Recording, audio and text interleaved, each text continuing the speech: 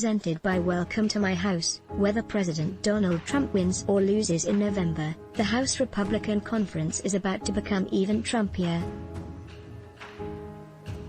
Not only have the party's moderates left Congress in droves since Trump was elected in 2016, either through retirements or electoral losses, but they're being replaced with ultra-conservative candidates who are unflinchingly loyal to Trump, and some of them have even embraced fringe conspiracy theories.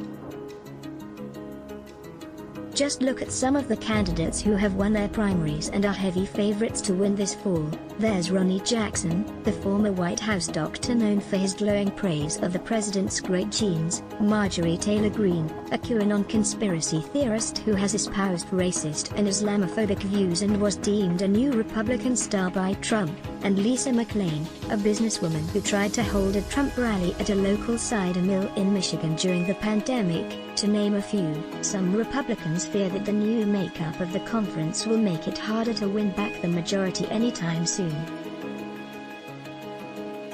But one thing is clear: the influx of far-right candidates means Trump is tightening his grip on the House GOP, and it almost guarantees that his unorthodox political style is going to leave a lasting imprint on the party, long after he exits the stage. Much more from Ally Mutnick, https://polity.go/3L1.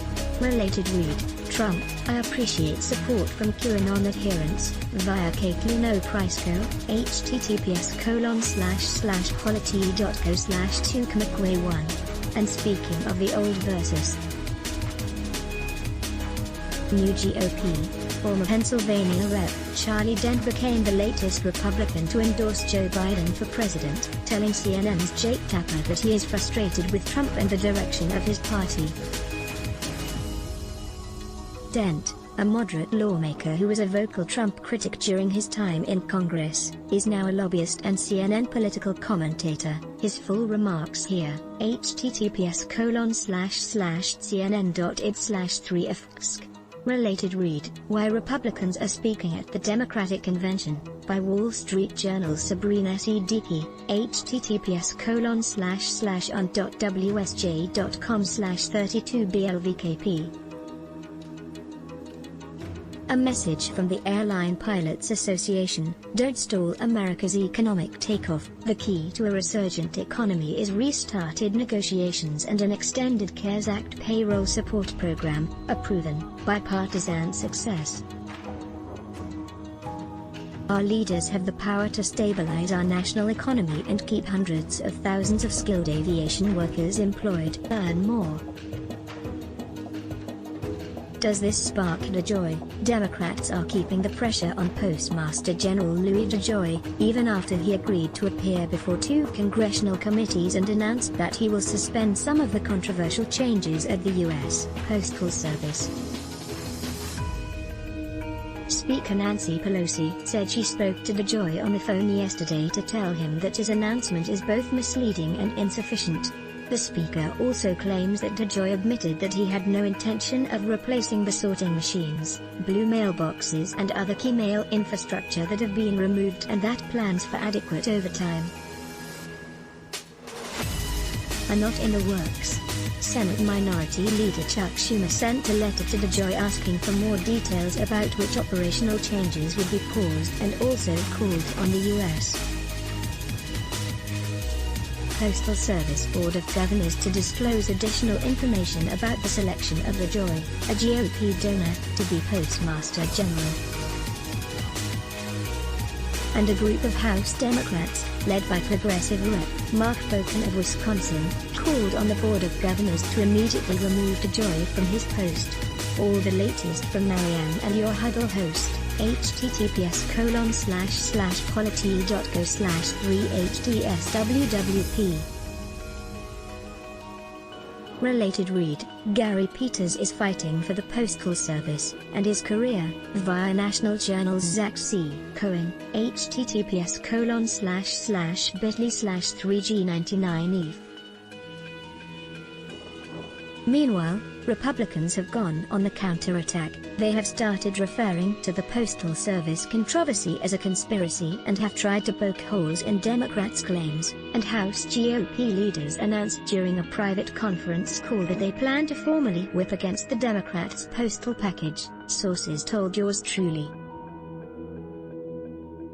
That means widespread bipartisan support is unlikely, though a handful of Republicans, especially those in tough races, could still support the bill on Saturday. Flashback: in May, a group of 26 House Republicans sent a letter to GOP leadership and Treasury Secretary Steven Mnuchin urging them to incorporate provisions that will address the needs of the U.S.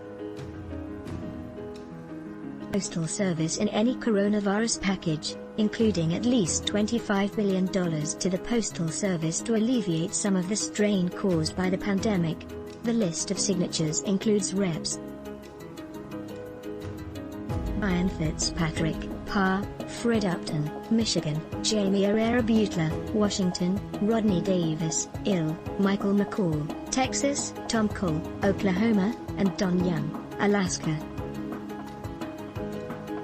Related read: Trump knocks McConnell for Postal Service hearing ahead of Republican National Convention. From Ben Tobin of the Louisville Courier-Journal, https://bit.ly/3gdzxvn. Good morning. Welcome to Huddle, the play-by-play guide to all things Capitol Hill, on this Thursday, August 20th, where it's nice to know that even Obama pushes his deadlines to the limits. Wednesday's most clicked roll calls report on former Representative Cynthia Lummis likely returning to Congress as a senator was the big winner. Senator Kamala Harris accepted the nomination as the Democratic vice presidential nominee on Wednesday. Associated Press ready to rumble. Senate Majority Leader Mitch McConnell is ready to throw down on a debate stage. More from the AP's Bruce Schreiner. Republican Mitch McConnell laid down a challenge Wednesday to his Democratic opponent in Kentucky, a socially distanced debate with no notes on statewide television. McConnell, the Senate Majority Leader who is seeking a seventh term in the November election, issued the debate challenge in a letter to Democrat Amy McGrath's campaign.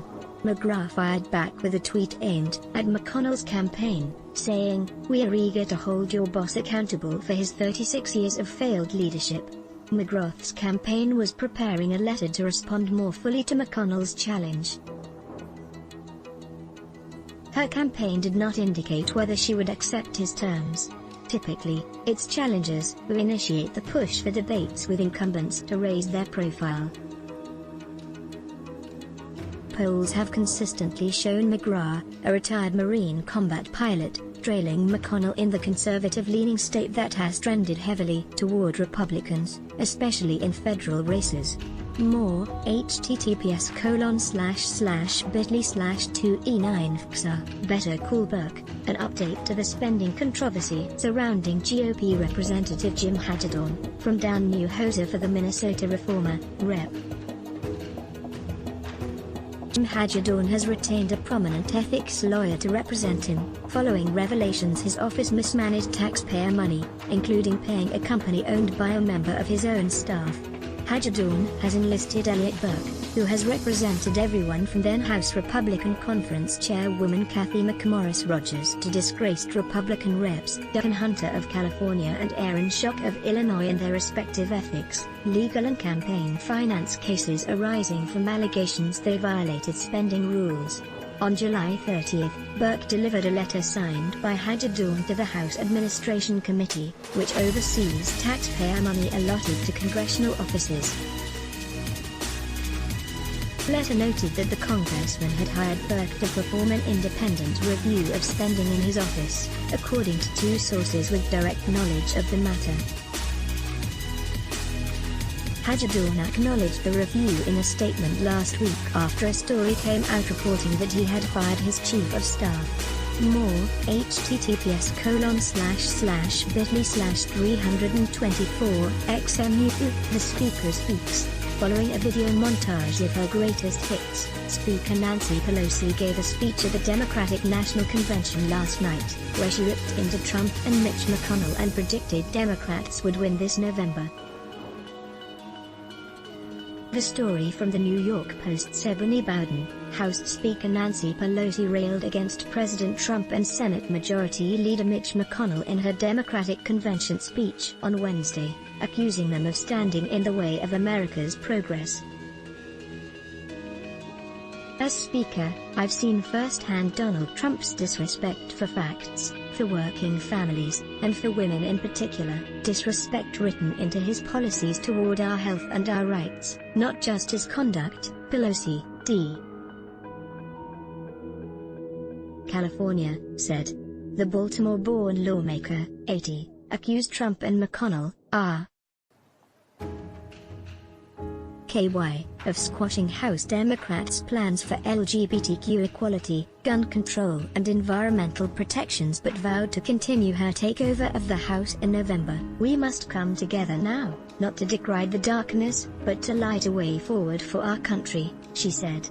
More, https://bit.ly/2eVLOL. Team Mitch responds, https://bit.ly/2YesTDC. Biden's bipartisanship. Can Biden break the gridlock in Washington if he wins the White House? Meets Jonathan Martin and Cal Hulse explore, as Joseph R. Biden Jr.